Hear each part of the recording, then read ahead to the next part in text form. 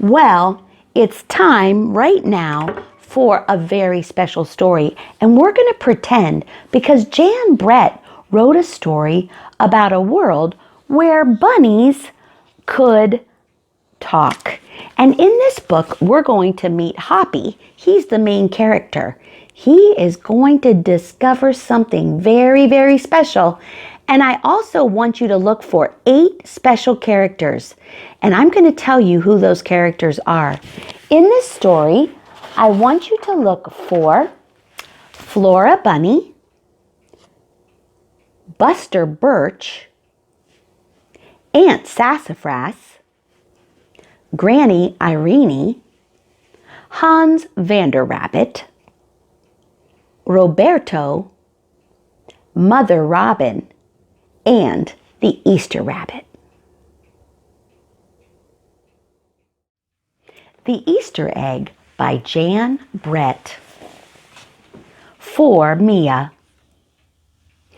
Cheer up, spring is here. Time to start on my first ever Easter egg, Hoppy said.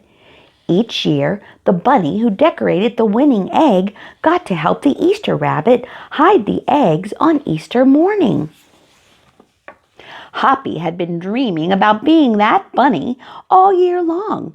Now it was time to get started. Everywhere Hoppy looked, rabbits were looking and working on dazzling eggs. I need an amazing idea, he thought. Hoppy spotted Flora Bunny planting spring flowers in her eggs. The Easter rabbit would love those colorful flowers, he thought, and started picking flowers for his egg. Here's a basket for your flowers, Hoppy, Flora said. Chop, chop, scrape, scrape. Hoppy spied Buster Birch carving a magnificent wooden egg. I wish I had some wood for my egg, he wished out loud. Here you go, Hoppy, Buster Birch said, and he put a smooth round piece of wood in Hoppy's basket. Thank you, Buster, Hoppy said.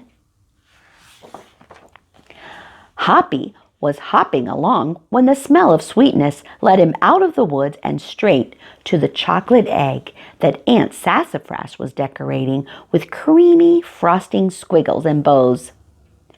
Hello, Hoppy, she said, and she put some chocolate squares in his basket. Hippity hop, Hoppy exclaimed. I'll make the Easter rabbit a chocolate egg so sweet it will make his whiskers tingle. Then Hoppy saw Granny Irene decorating one of her fabulous story eggs.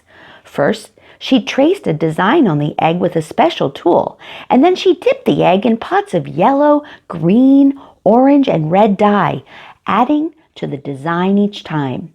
Hoppy couldn't believe his eyes. I'll never make an egg that beautiful, he told Granny Irene. She smiled. Try, she said, giving him one of her special tools. Hoppy was hopping by Hans Vanderrabbit's garden when he spotted an extraordinary egg. Hans was painting a portrait of the Easter rabbit, so real that he looked alive. Fantastic! Hoppy exclaimed. Thank you, Hoppy, Hans said. Why don't you make a painting on your egg? He gave Hoppy pots of paint and a fine brush. As Hoppy bounced along, a loud boing nearly knocked him off his feet. It was a whirling, twirling mechanical egg. Whoa, Hoppy said. That's an unusual egg. Would you like to make one? Roberto asked. Hoppy tried hard, but the harder he tried, the more parts and pieces piled up around him. Thank you, Roberto, he sighed, but I think I better make the egg that is right for me. Hoppy hopped back to the woods and lay down under a tall tree to think. There he is. Making a beautiful egg is harder than I imagined, he thought. I guess I don't have to win. I just want to make an egg that I am proud of. Suddenly, the woods rang with the squawking of birds, sounding an alarm. Mother Robin swooped down, calling wildly, as if she couldn't decide where to go. An egg had tumbled out of Mother Robin's nest. Inside the perfect blue egg was a baby robin that needed its mother to keep it warm until it hatched.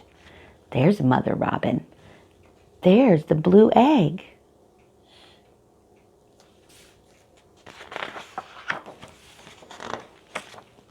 Hoppy knew what he had to do.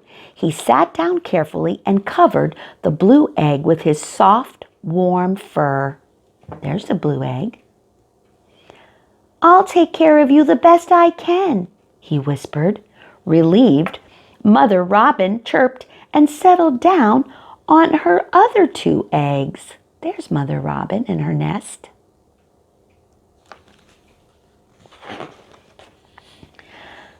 Hoppy never left the robin's egg. If it was sunny and warm, he carefully turned the egg in its nest of moss.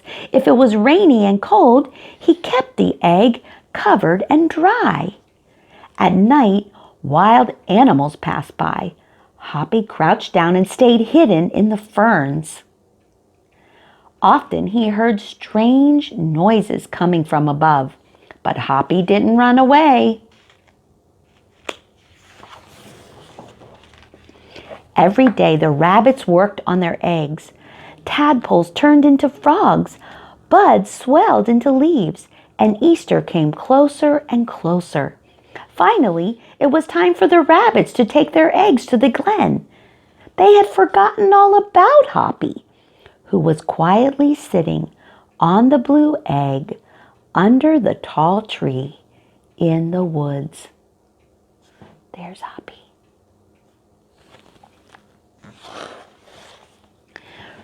Early the next morning, the rabbits waited for the Easter rabbit. Suddenly, a beautiful wagon rolled towards them out of the mist and stopped. The Easter rabbit stepped down from the wagon and admired the decorated eggs one by one. "You have brought me the most beautiful eggs in the world, but a very special one is not here," he told them. The rabbits were puzzled. Whose egg could it be? "Fill my wagon with your wonderful eggs," he said, "and when I return, I will show it to you." And he disappeared into the woods. There goes the Easter rabbit. He came back with Hoppy, looking scruffy and bedraggled. Hoppy has an amazing egg to be proud of," the Easter rabbit told them. "He has kept Mother Robin's egg warm and safe until her baby bird hatched, and she could take care of it." The Easter rabbit placed the empty blue shell in the place of honor atop the wagon, and now they were ready to go. The rabbits cheered for the egg that had surprised them all. "It's our best Easter ever, Hoppy," they shouted. Then the brave little bunny and the Easter rabbit rode off together to hide the eggs for girls and boys to find on Easter morning.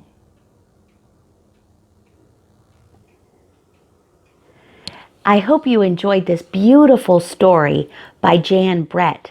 She wrote the story and illustrated it. And I hope you have a very, very happy Easter. See you next week.